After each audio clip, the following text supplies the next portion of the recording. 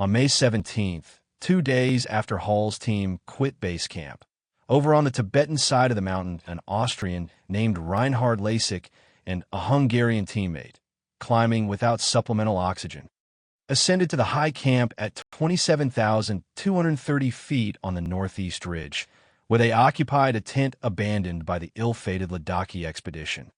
The following morning, Lasik complained that he felt ill and then lost consciousness. A Norwegian doctor who happened to be present determined that the Austrian was suffering from both pulmonary and cerebral edema. Although the doctor administered oxygen and medication, by midnight Lasik was dead.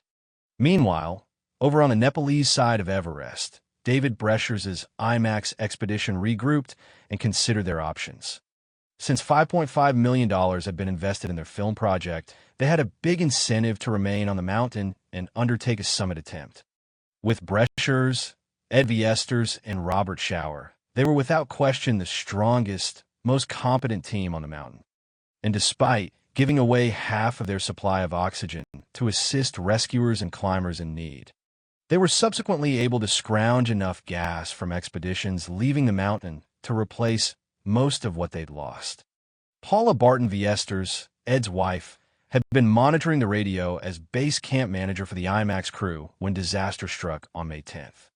A friend of both Halls and Fisher's, she was devastated.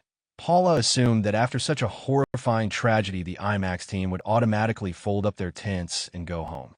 Then she overheard a radio call between Breschers and another climber, in which the IMAX leader nonchalantly declared that the team intended to take a short break at base camp and then go for the summit.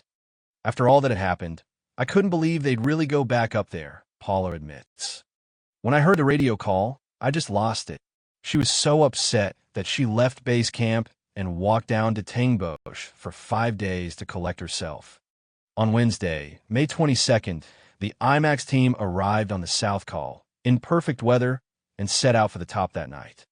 Ed Viesturs, who had the starring role in the film, reached the summit at 11 o'clock Thursday morning, without using supplemental oxygen. Viesturs had previously ascended Everest in 1990 and 91 without gas. In 1994, he climbed it a third time with Rob Hall. On that ascent, he used bottled oxygen because he was guiding the peak and thought it would be irresponsible to do so without it. Breschers arrived 20 minutes later, followed by Araceli Segarra, Robert Schauer, and Jamling Norgay Sherpa, the son of the first ascender, Tenzing Norgay, and the 9th member of the Norgay clan to climb the peak. All told, 16 climbers summited that day, including the Swede who'd ridden his bike to Nepal from Stockholm, Goran Kropp, and Henri de Sherpa, whose ascent marked his 10th visit to the top of Everest. On the way up, Viesturs had climbed past the frozen bodies of Fisher and Hall. Both Gene and Jan had asked me to bring some personal effects back for them, Viesturs says sheepishly. I knew Scott wore his wedding ring around his neck, and I wanted to bring it down to Jeannie, but I couldn't force myself to go digging around his body. I just didn't have it in me. Instead of collecting any keepsakes, Viesturs sat down next to Fisher during the descent and spent a few minutes alone with him. "Hey, Scott, how you doing?" Ed sadly inquired of his friend. "What happened, man?"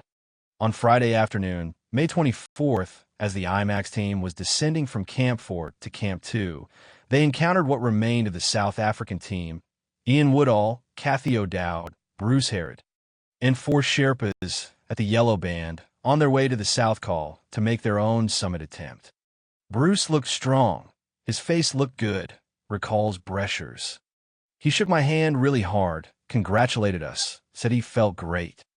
Half an hour behind him were Ian and Kathy, collapsed over their ice axes, looking like hell, really out of it.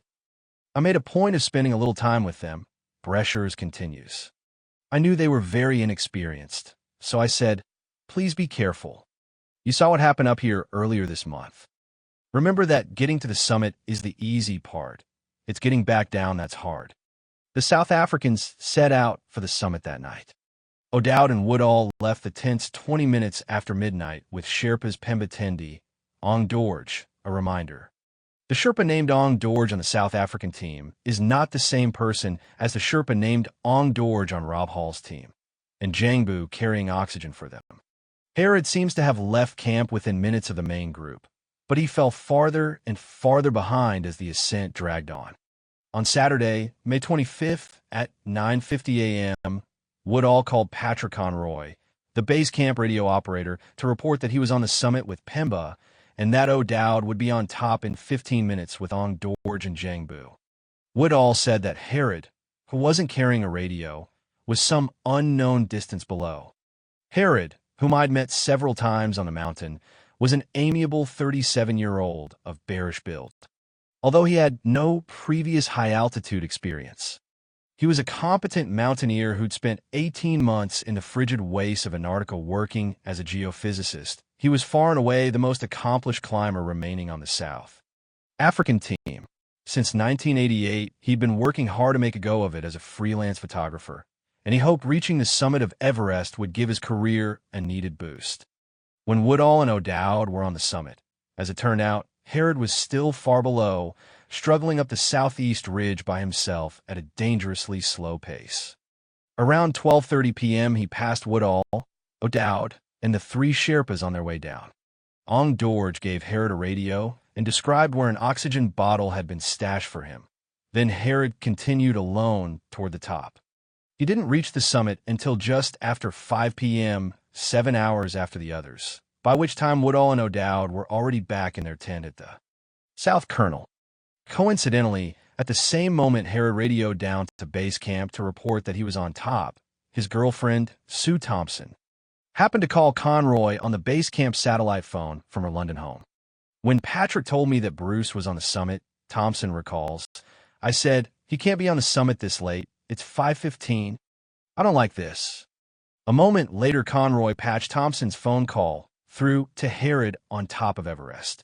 Bruce sounded compos mentis, she says. He was aware that he'd taken a long time to get there, but he sounded as normal as one can sound at that altitude, having taken his oxygen mask off to speak. He didn't even seem particularly breathless. Nevertheless, it had taken Herod 17 hours to climb from the South Col to the summit. Although there was little wind, clouds now enveloped the upper mountain, and darkness was fast approaching. Completely alone on the roof of the world, extremely fatigued, he must have been out of oxygen, or nearly out. That he was up there that late, with nobody else around, was crazy, says his former teammate, Andy de Klerk. It's absolutely boggling. Herod had been up on the South Col from the evening of May 9th through May 12th.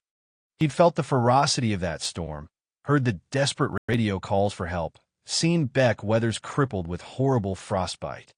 Early on during his ascent of May 25th, Herod climbed right past the corpse of Scott Fisher, and several hours later at the South Summit he would have had to step over Rob Hall's lifeless legs. Apparently, the bodies made little impression on Herod. However, for despite his lagging pace and the lateness of the hour, he pressed onward to the top. There was no further radio transmission from Herod after his 5:15 call from the summit. We sat waiting for him at Camp 4 with the radio on, O'Dowd explained in an interview published in the Johannesburg Mail and Guardian. We were terribly tired and eventually fell asleep. When I woke up the next morning at about 5 a.m., and he hadn't radioed, I realized we had lost him. Bruce Herod is now presumed dead, the 12th casualty of the season.